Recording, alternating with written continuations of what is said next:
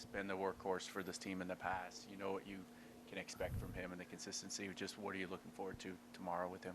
Yeah, I think as we've talked about all along in this series and throughout the the postseason, just that experience can go a long way, and having one of those under his belt again, will help him as he gets out there, and it's mostly about using the energy that you feel and using it in the right direction, and he has pitched some big games for us down the stretch here, and his first opportunity to get out there for us tomorrow, and I think he's ready and raring to go, and I'm excited to have him out there. Dan, his strikeout rate among starters is probably one of the highest in baseball, but he's also kind of lamented that he is not getting in deeper into games. What do you think is kind of killing his efficiency? He gets a ton of foul balls, but I mean, is it just a few misses here and there that leads to the longer counts? What are you seeing? Yeah, I mean, I think he's when he is on, obviously he has that swing and miss stuff, and occasionally especially with his secondaries and his heater as well. He does just get a lot of either weak contact or just a weak foul ball, or just being able to get a little bit of contact and nothing that they can really do with it. So he does get some foul balls. He does get into a few deeper counts. But all in all, I think having that strikeout ability, especially in the postseason, is really a plus for you.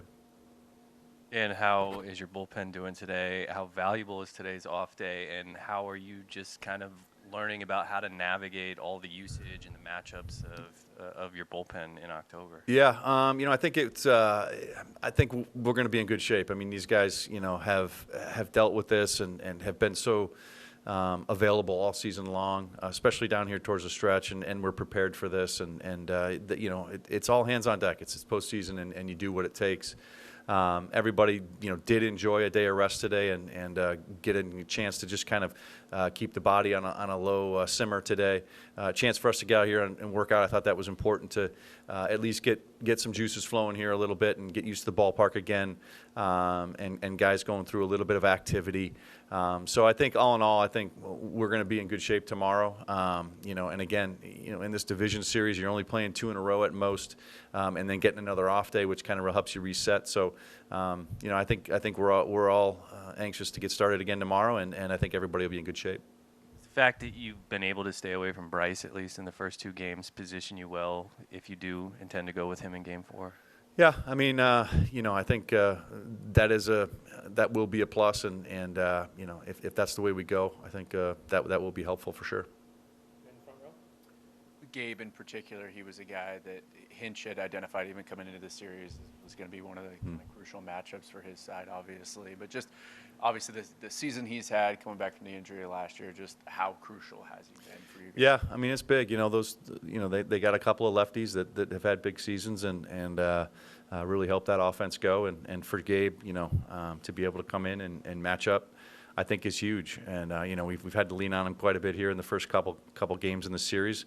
Anticipate that will be continuing to be the case, and Ferg as well, in Game 1. So, yeah, lefties will loom large for sure.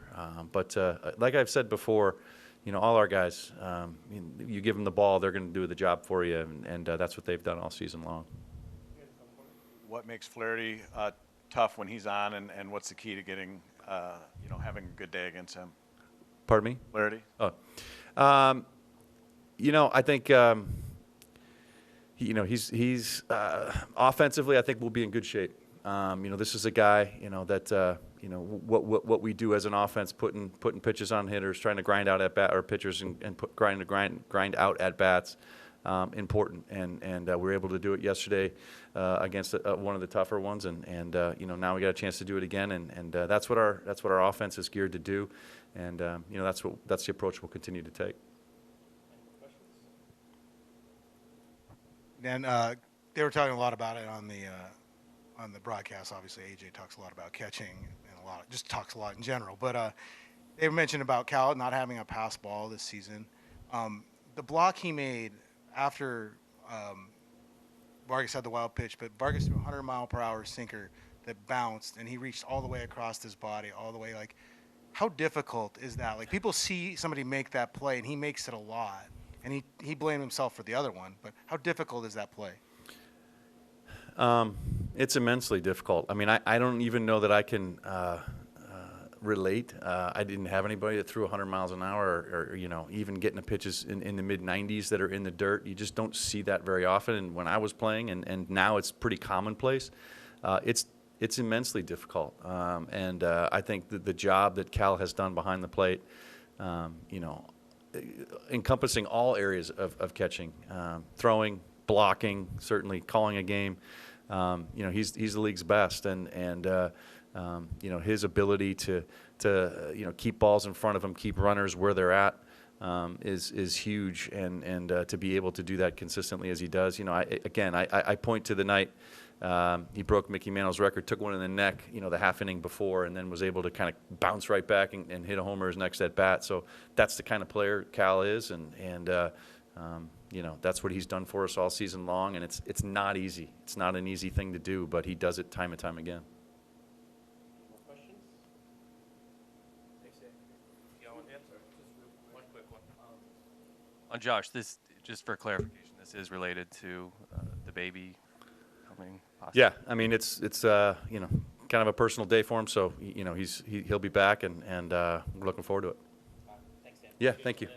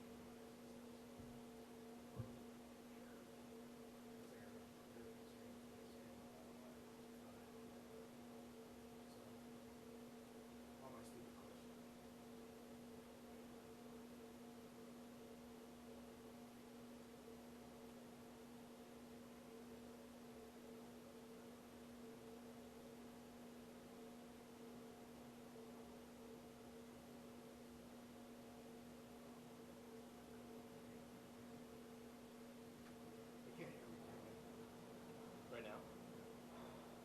Is everything muted?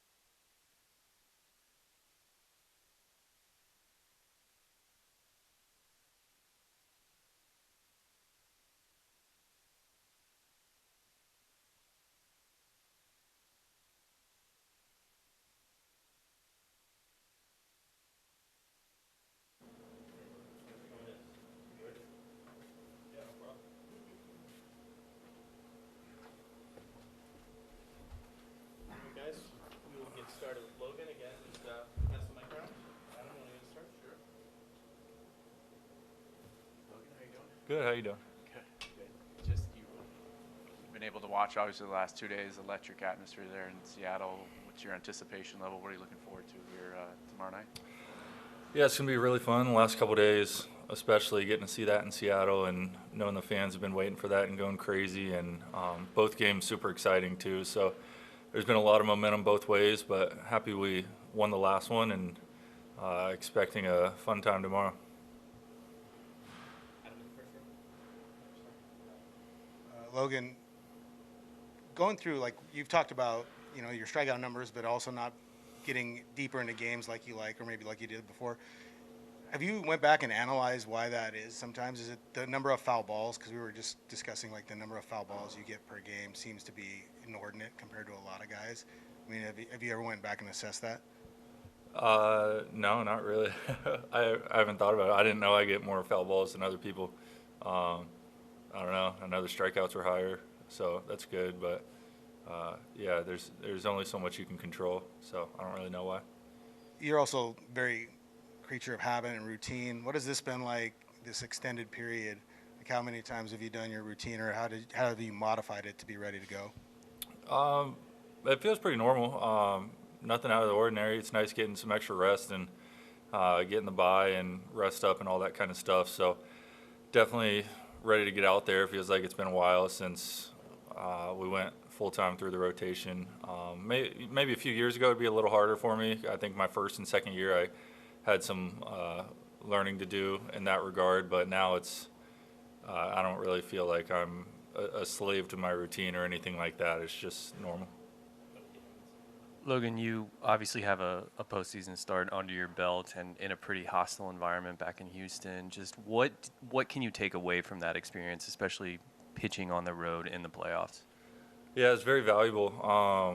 If I remember, Houston was really loud at the time, so it was fun because they get after it. It's a big game, all that kind of stuff. So it's good to have that experience. I know it's only one start, but I think it's valuable. So I assume it'll be just as loud tomorrow and a fun atmosphere and a good battle, all that kind of stuff. So this is the kind of stuff you dream of.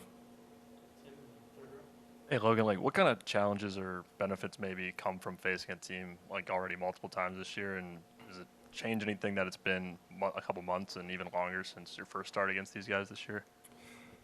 Yeah, it helps getting to see them. I mean, we see each other, so it probably goes both ways. But as a pitcher, I feel good about knowing you faced everybody before, maybe what works or what doesn't, that kind of stuff. I think it helps you to simplify your plan, your approach too. So not trying to overcomplicate it, just know that you can go back and scout and look at stuff that's worked, but ultimately you just got to go off field and what's working at the time.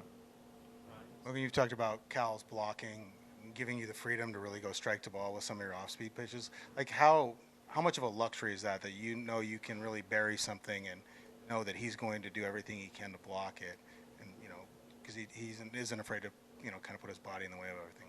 Yeah, it helps a ton. And he gets really banged up because he's not afraid to get down there, and he knows that if we're going for a strikeout, there's a good chance that eventually it's going to be in the dirt. So it helps with especially runners on base, keeping them where they are, but gives me the freedom to try to make the pitch that I want to make, and I know that he's going to do everything he can back there. Did he ever mention getting hit in the neck to you? Yeah. Several times? I heard about that one. Logan obviously had to navigate through the first real injury of your career, the first half of the season here. Just what did you learn from that experience, and at what point did you feel like you were kind of back to yourself, or maybe you kind of gotten over that hurdle this summer?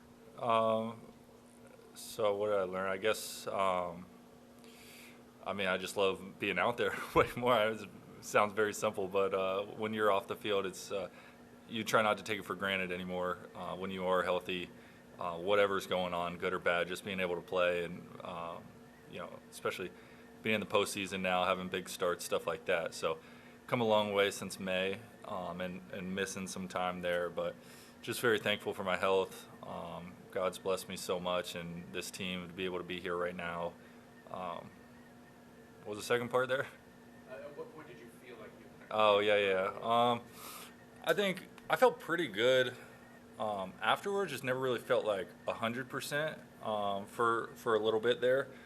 Even though it didn't really feel super off or anything like that. It's just took me a while. I really like to use spring training and kind of get dialed in there. But then when you miss another month, it's almost like you felt like a reset for me, that it took maybe a month or so just to get dialed in. But I think September I felt really good, felt like myself, not really searching for anything. So I feel like I'm in a pretty good spot. Any last questions for Logan? All right, Logan. All right, thanks guys. Good luck tomorrow. Thank you.